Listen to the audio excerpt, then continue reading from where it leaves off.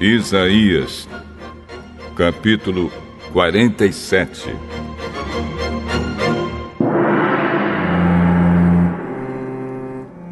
O Senhor diz: Babilônia, desça do seu trono e sente-se no pó. Você era como uma virgem, bela, delicada e mimada, mas nunca mais será assim. Agora você é uma escrava. Pegue o moinho e comece a moer a farinha. Tire o véu, levante a saia e de pernas de fora atravesse os rios. Todos a verão sem roupa, completamente nua. Eu vou me vingar de você e ninguém poderá me impedir.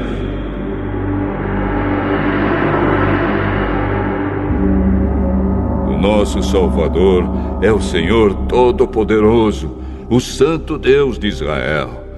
Ele diz à Babilônia: sente-se e fique calada. Vá para um lugar escuro, pois nunca mais você será chamada de Rainha das Nações. Eu estava irado com o meu povo escolhido. Por isso, o humilhei e o entreguei nas suas mãos. Mas você não foi bondosa com ele. Pelo contrário, tratou até mesmo os velhos com crueldade. Você imaginou que seria rainha para sempre e não levou a sério o que estava acontecendo, nem pensou como tudo ia acabar.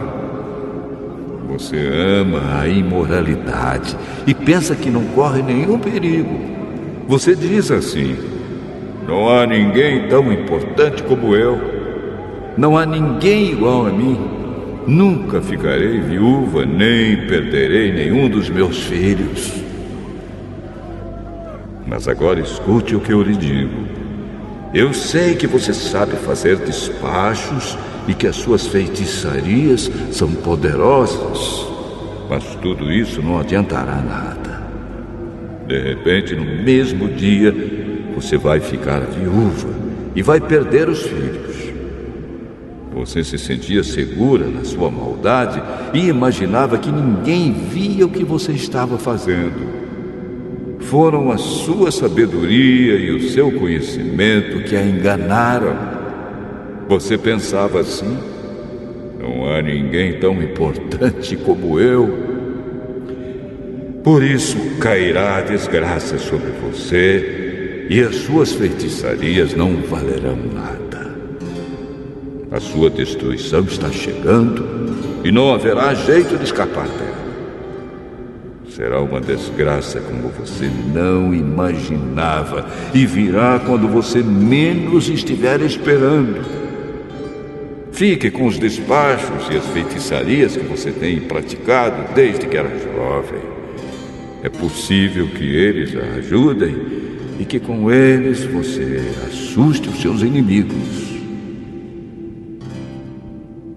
Apesar de todos os conselheiros que tem, você não poderá escapar. Que os seus astrólogos se apresentem e a ajudem. Eles estudam o céu e ficam olhando para as estrelas a fim de dizer todos os meses o que vai acontecer com você. Pois eles são como palha, o fogo os destruirá e eles não poderão se salvar. Pois este não é um foguinho daqueles que a gente faz para se esquentar, sentando-se bem perto dele. É isso que acontecerá com seus adivinhos, com os quais você tem lidado toda a sua vida. Todos eles irão embora, cada um seguindo o seu próprio caminho. Nenhum deles poderá salvar você.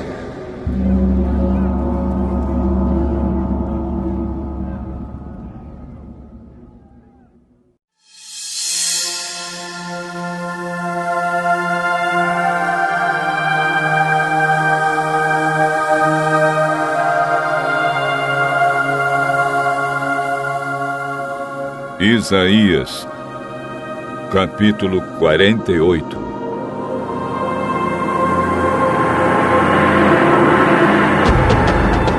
Povo de Israel, escutem, descendentes de Judá. Vocês juram pelo nome do Senhor e dizem que adoram o Deus de Israel, mas nisso não são honestos nem sinceros. Vocês dizem que são moradores da cidade santa e que confiam no Deus de Israel, naquele que se chama Senhor Todo-Poderoso. O Senhor diz a vocês: há muito tempo eu falei de coisas do futuro, disse claramente o que ia acontecer. De repente, agi. E tudo aconteceu como eu tinha dito. Eu sabia que vocês são teimosos, que são duros como ferro ou bronze. Por isso, falei dessas coisas há muito tempo. Antes que elas acontecessem, eu as havia anunciado a vocês. Portanto, vocês não podem dizer que foram as suas imagens e os seus ídolos que fizeram essas coisas acontecerem.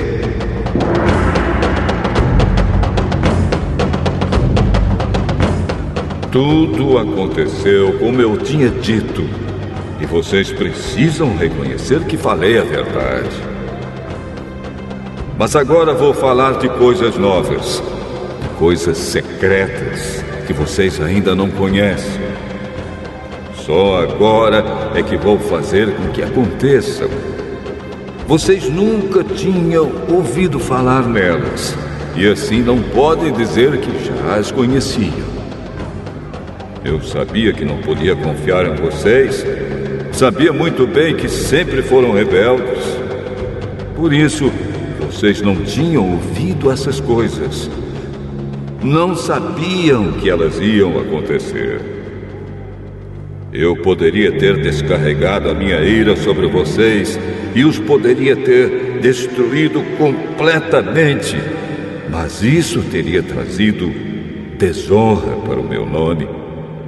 Portanto, tive paciência com vocês, pois eu sou Deus e mereço que me louvem. Eu os fiz sofrer, mas foi para purificá-los, como a prata é purificada na fornalha. É por amor ao meu próprio nome que vou agir. Não permito que o meu nome seja profanado. Não deixo que nenhum outro Deus receba o louvor que somente eu mereço.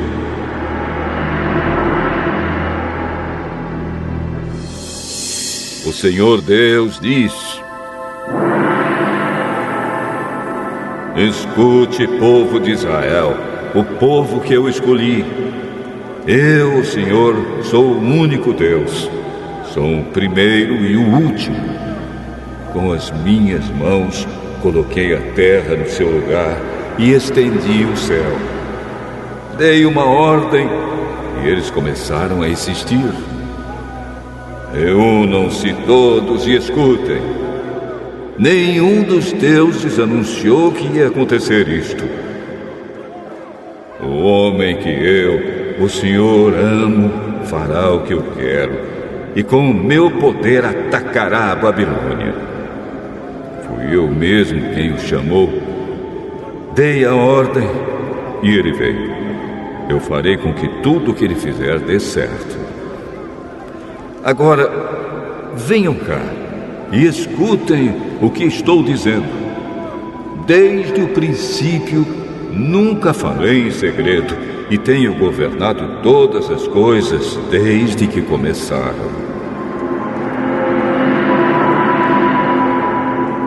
Agora, o Senhor Deus me deu o seu Espírito e me enviou. O Senhor, o Santo Deus de Israel, o seu Salvador, diz ao seu povo: eu sou o Senhor, seu Deus. Eu os ensino para o seu próprio bem e os guio no caminho que devem seguir. Se vocês tivessem obedecido aos meus mandamentos, a sua prosperidade iria aumentando como se fosse uma enchente, e as suas vitórias teriam sido constantes, tão constantes como as ondas do mar. Os seus descendentes seriam tantos como os grãos de areia da praia do mar. Eu nunca os esqueceria, e eles estariam sempre na minha presença. Saiam da Babilônia, fujam de lá. Com gritos de alegria, anunciem esta boa notícia ao mundo inteiro. O Senhor salvou o seu servo, o povo de Israel. Quando Deus guiou o seu povo pelo deserto, ninguém ficou com sede. Ele fez com que corresse água da rocha, ele partiu a rocha e a água jorrou. Mas o Senhor diz aos que praticam o mal: para vocês não há segurança.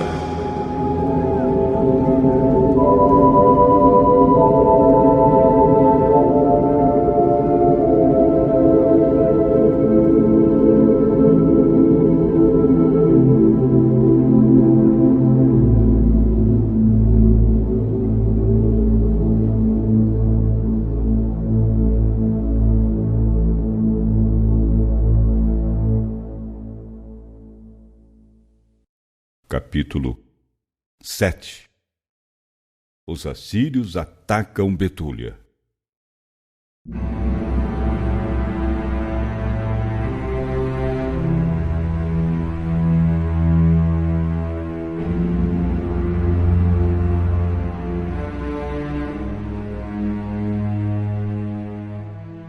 No dia seguinte, Holofernes chamou seu exército e as tropas que o ajudaram na guerra e ordenou que marchassem contra Betúlia, tomassem as passagens de subida das montanhas e atacassem os israelitas.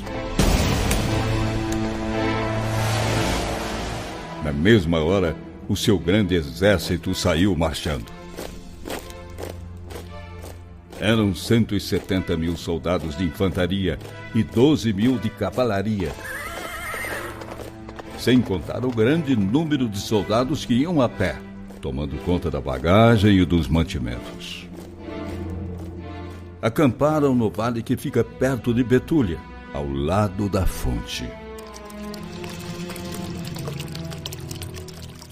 O acampamento era tão largo que ia até Belbaim, na direção de Dotã, e tão comprido que ia de Betúlia até Siamon, que fica em frente do vale de Jezreel.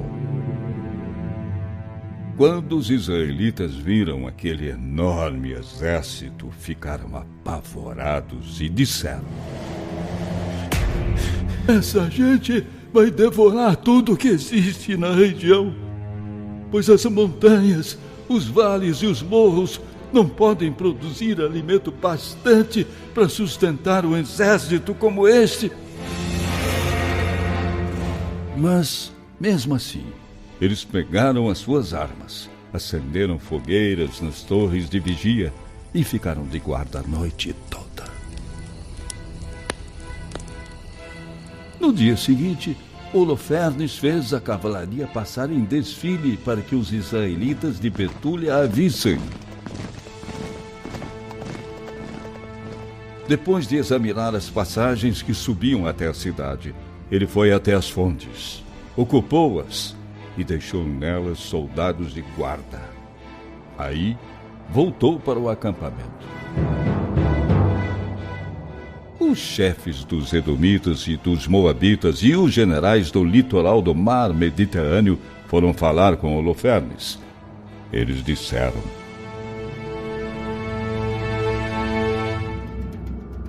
General, aceite o nosso conselho, e o do seu exército nenhum soldado será morto. Os israelitas confiam mais nas montanhas onde moram do que nas suas próprias armas. Essas montanhas são muito altas, general, e não é fácil subir até lá. Portanto, dê ordens para que os seus soldados não marchem juntos, como é o costume, e assim nenhum deles será morto. Fique no acampamento e ordene que os soldados não saiam das suas barracas.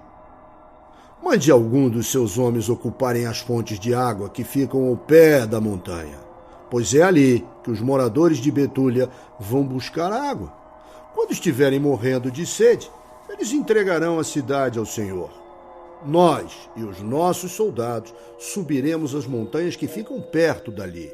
Acamparemos lá, general, e não deixaremos ninguém escapar da cidade. E os homens, as mulheres e as crianças morrerão todos de fome. Assim, antes de entrarmos na cidade, as ruas já estarão cobertas com os corpos dos mortos. General, os israelitas pagarão caro por terem se revoltado contra o Senhor, ao invés de se entregarem sem luta. Holofernes e os seus oficiais gostaram da ideia dos chefes. E ele mandou fazer o que eles tinham sugerido. As tropas moabitas e 5.000 soldados assírios foram e acamparam no vale. E ocuparam as fontes que abasteciam de água a cidade de Betúlia. As tropas edomitas e os amonitas subiram e acamparam nas montanhas que ficam em frente de Dotã. Dali mandaram um grupo de soldados para o sudeste, na direção da cidade de Egrebel, perto de Cuze, na beira do ribeirão de Mocmur.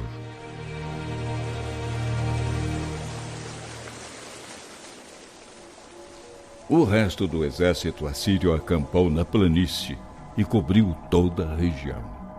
As suas barracas e bagagens formavam um enorme acampamento, porque o exército era imenso.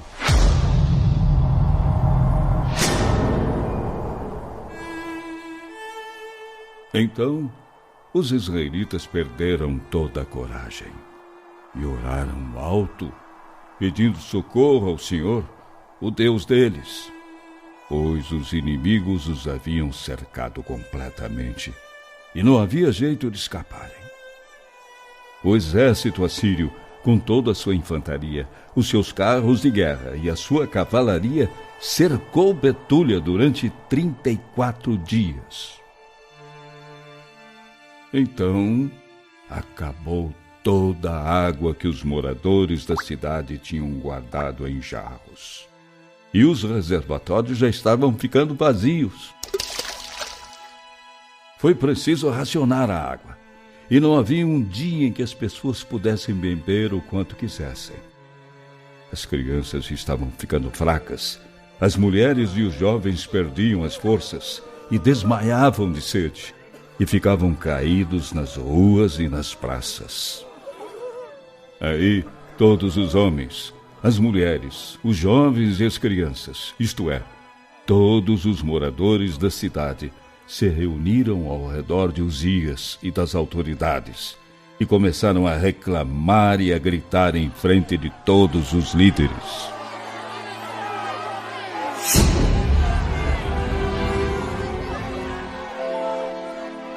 Que Deus decida quem tem razão, se vocês ou nós. Vocês nos fizeram passar por um grande sofrimento, pois não quiseram fazer um acordo de paz com os assírios. Agora, não há ninguém para nos socorrer. Deus nos entregou nas mãos dos nossos inimigos. Eles vão nos encontrar caídos de sede no chão e sem forças para resistir. Portanto, mandem chamar os assírios e entreguem a cidade a Holofernes, para que os seus soldados levem embora tudo que há nela. É melhor que eles nos levem como prisioneiros. Seremos escravos, mas continuaremos vivos e não teremos de ver a morte das nossas crianças. E também não morrerão as nossas esposas e os nossos filhos. Que o céu e a terra sejam testemunhas contra vocês. Que seja testemunha contra vocês o nosso Deus, o Senhor dos nossos antepassados. Ele nos está castigando por causa dos nossos próprios pecados e por causa dos pecados dos nossos antepassados.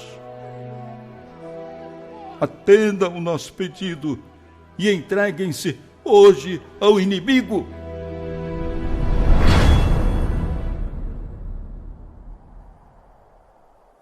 Todos os que estavam reunidos ali começaram a chorar ao mesmo tempo e a orar em voz alta a Deus, o Senhor. E Uzias disse: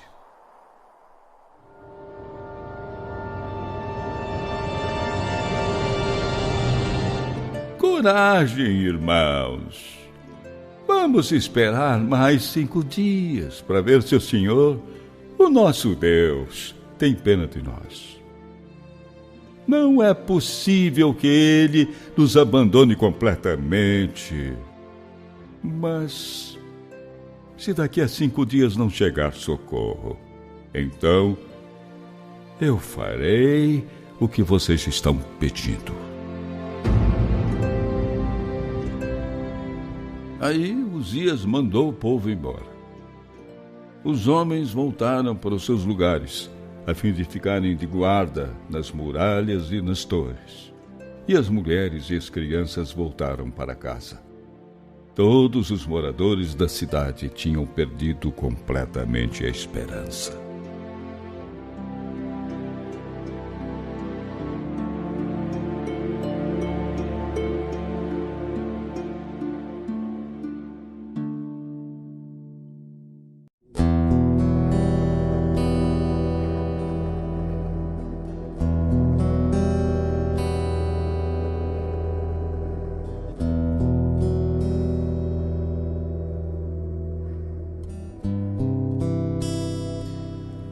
Atos, capítulo 17.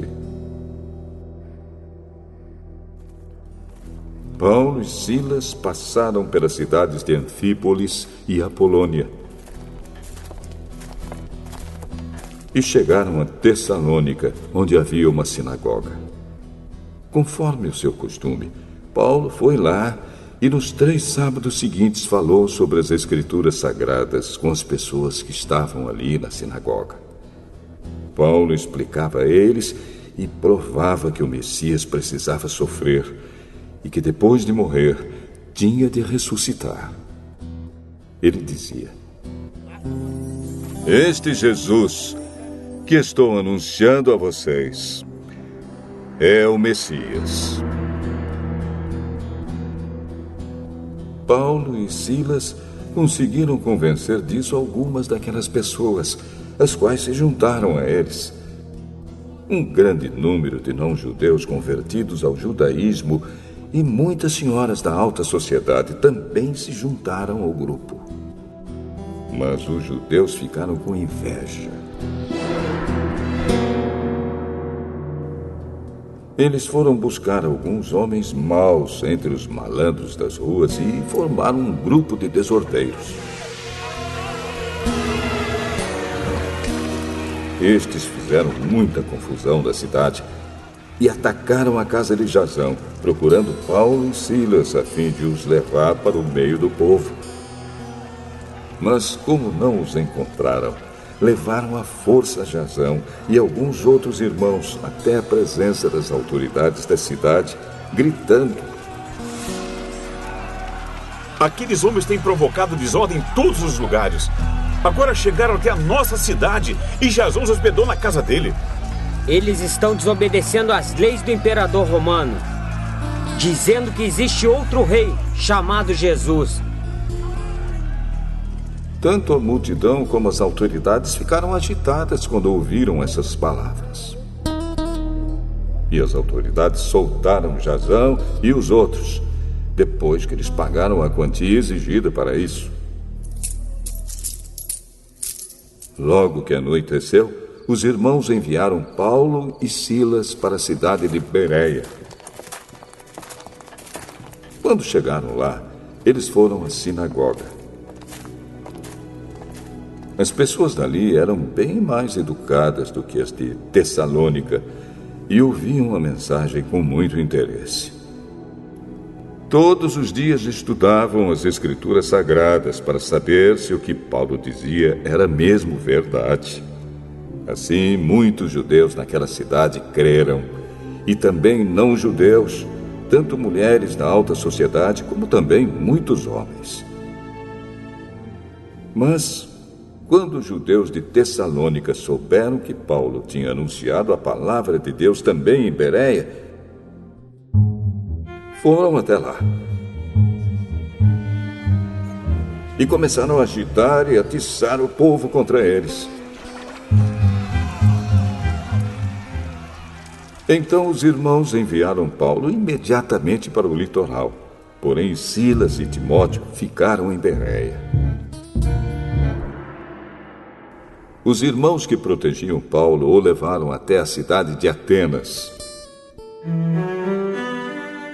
Depois voltaram para Bereia, levando um recado de Paulo. Ele pedia que Silas e Timóteo fossem encontrá-lo em Atenas o mais depressa possível. Enquanto estava esperando Silas e Timóteo em Atenas, Paulo ficou revoltado ao ver a cidade tão cheia de ídolos.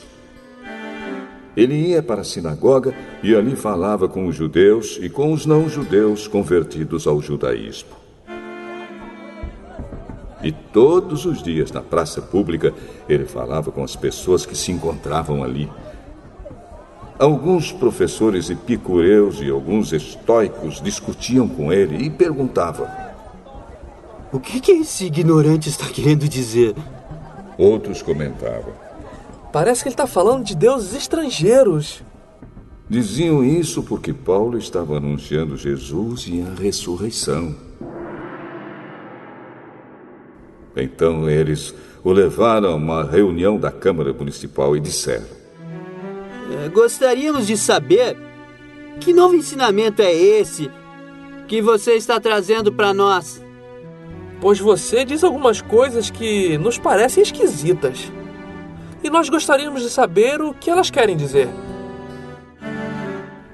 É que todos os moradores de Atenas e os estrangeiros que viviam ali gostavam de passar o tempo contando e ouvindo as últimas novidades. Então Paulo ficou de pé diante deles, na reunião da Câmara Municipal, e disse: Atenienses, vejo que em todas as coisas vocês são muito religiosos. De fato, quando eu estava andando pela cidade e olhava os lugares onde vocês adoram seus deuses, encontrei um altar em que está escrito: ao Deus desconhecido. Pois esse Deus que vocês adoram sem conhecer é justamente aquele que eu estou anunciando a vocês.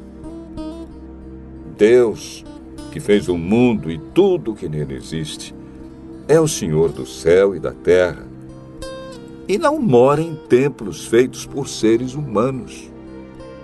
E também não precisa que façam nada por ele, pois é ele mesmo quem dá a todos vida, respiração e tudo mais. De um só homem, ele criou todas as raças humanas para viverem na terra. Antes de criar os povos, Deus marcou para eles os lugares onde iriam morar e quanto tempo ficariam lá. Ele fez isso para que todos pudessem procurá-lo e talvez encontrá-lo, embora ele não esteja longe de cada um de nós. Porque, como alguém disse, nele vivemos, nos movemos e existimos. E alguns dos poetas de vocês disseram: nós também somos filhos dele. E, já que somos filhos dele, não devemos pensar que Deus é parecido com um ídolo de ouro, de prata ou de pedra, feito pela arte e habilidade das pessoas. No passado, Deus não levou em conta essa ignorância. Mas agora, Ele manda que todas as pessoas, em todos os lugares, se arrependam dos seus pecados. pois ele marcou o dia em que vai julgar o mundo com justiça, por meio de um homem que escolheu. E deu prova disso a todos quando ressuscitou esse homem. Quando ouviram Paulo falar a respeito da ressurreição, alguns zombaram dele, mas outros disseram: em outra ocasião, queremos ouvir você falar sobre este assunto. Então Paulo foi embora dali. Mas algumas pessoas creram e se juntaram a ele. Entre essas estavam Dionísio, que era membro da Câmara Municipal, uma mulher chamada Dâmaris e mais outras pessoas.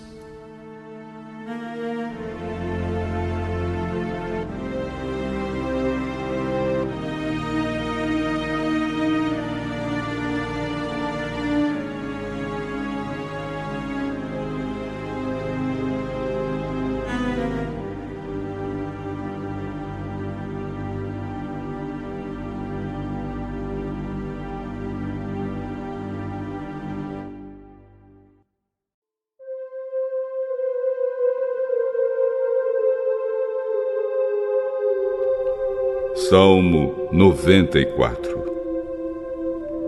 Ó Senhor, Tu és Deus que castiga. Mostra Tua ira. Tu és o juiz de todas as pessoas. Levanta-te e dá aos orgulhosos o que eles merecem.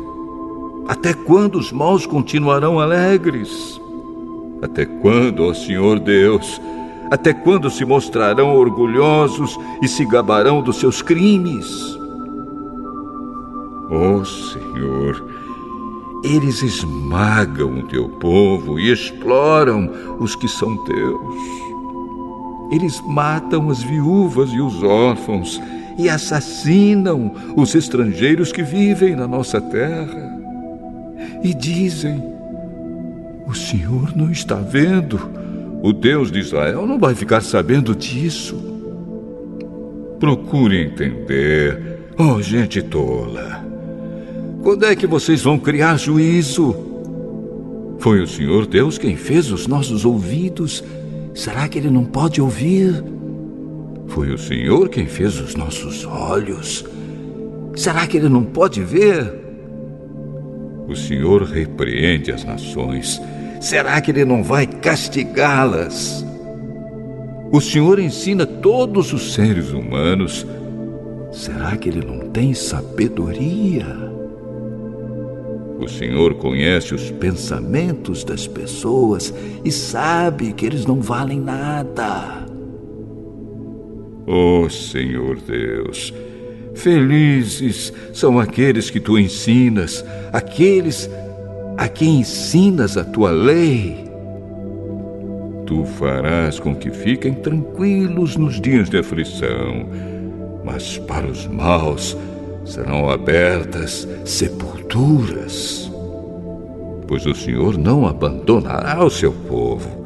Ele não deixará desamparados aqueles que são dele. Assim haverá justiça nos tribunais, e todos os que são honestos estarão a favor dela. Quem se levantou a meu favor contra os maus? Quem ficou do meu lado contra os que fazem o mal?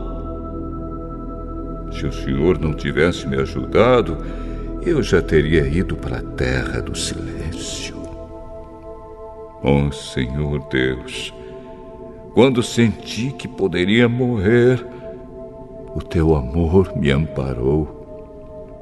Quando estou aflito e preocupado, Tu me consolas e me alegras. Tu não queres nada com juízes desonestos, pois eles fazem a injustiça parecer justiça. Ajuntam-se para prejudicar as pessoas honestas e condenam à morte os inocentes. Mas o Senhor me defende. Ele é a minha rocha e o meu abrigo.